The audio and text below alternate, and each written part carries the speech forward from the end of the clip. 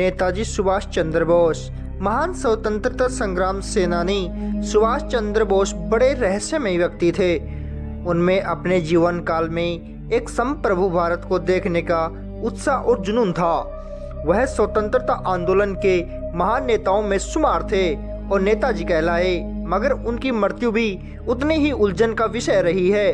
कहा जाता है कि 18 अगस्त 1945 को नेताजी 3rd डिग्री ब्रन के शिकार हो गए थे, जब उनका विमान ताइपे में उड़ान भरते समय दुर्घटनाग्रस्त हो गया था, जो उस समय जापान के कब्जे में था। रात 9 से 10 बजे के बीच निधन से पहले बोस कोमा में चले गए थे। द्वितीय विश्व युद्ध में इंपीरियल जापानी सेना के पायलट, सह पायलट और लेफ्टिनेंट जनरल सुनामासा शिदेई ने दावा किया कि जापान के आधिकारिक आत्मसमर्पण के तुरंत बाद उनका विमान दुर्घटनाग्रस्त हो गया। शिदेई और बोस डेरेन के रास्ते में थे, जहां बोस को यूएसएआर के वार्ताकारों के साथ राजनीतिक शरण के बारे में बात करनी थी और भारतीय स्वतंत्रता के लिए संघर्ष जारी रखने के लिए आज़ाद हिंद फौज का नियंत्रण सोवियत संघ को सौंपना था। शिदेई को बोस के लिए मुख्य वार्ताकार के रूप में काम करना था। घायल या मृत बोस की कोई तस्वीर नहीं ली गई और न ही मृत्यु प्रमाण पत्र जारी किया गया। इन्हीं वजह से आईएनएस ने यह मानने से इनकार कर दिया कि उनका निधन हो गया। बोस के कई समर्थकों ने उनके निधन के समाचार और परिस्थितियों दोनों पर विश्वास करने से इनकार कर दिया। इसे साजिश बताते हुए कहा कि बोस के निधन के कुछ घंटों के भीतर कोई विमान दुर्घटनाग्रस्त नहीं हुई थी। नेताजी के बारे में कुछ मिथक आज भी कायम है। बोस के चीफ ऑफ स्टाफ कर्नल हबीब उर रहमान, जो उस दुर्भाग्यपूर्ण उड़ान में उनके साथ थे, बच गए। उन्होंने एक दशक बाद बोस के निधन पर गठित एक जांच आयोग में गवाही दी।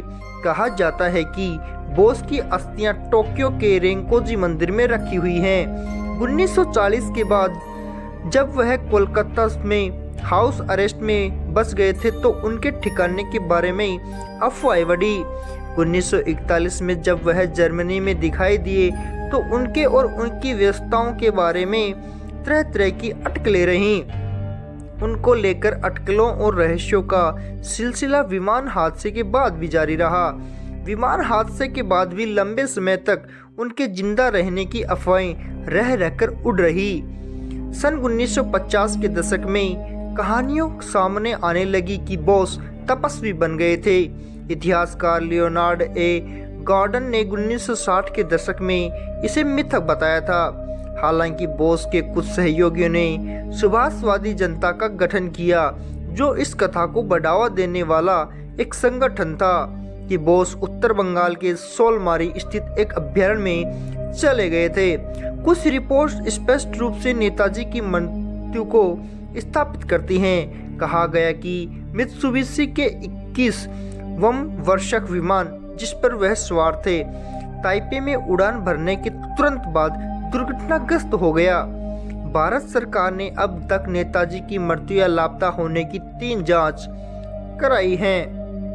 केवल पहले 2 ने निष्कर्ष निकाला है कि 18 अगस्त 1945 को उनका विमान दुर्घटनाग्रस्त होने के बाद ताइहोकू के एक सैन्य अस्पताल में उनकी मृत्यु हो गई और यह भी टोक्यो में रेंकोजी मंदिर में नश्वर अवशेष उनके हैं।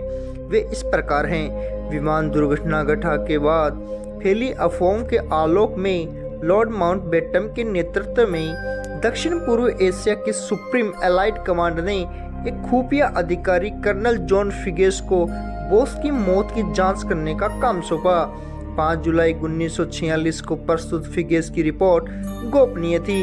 1980 के दशक में लियोनार्ड ए गॉर्डन ने फिगेस का इंटरव्यू लिया था, जहां उन्होंने रिपोर्ट लिखाई की पुष्टि की। 1997 में ब्रिटिश सरकार ने अधिकांश आईटीआई फाइलों को ब्रिटिश लाइब्रेरी में जनता के देखने के लिए उपलब्ध कराया।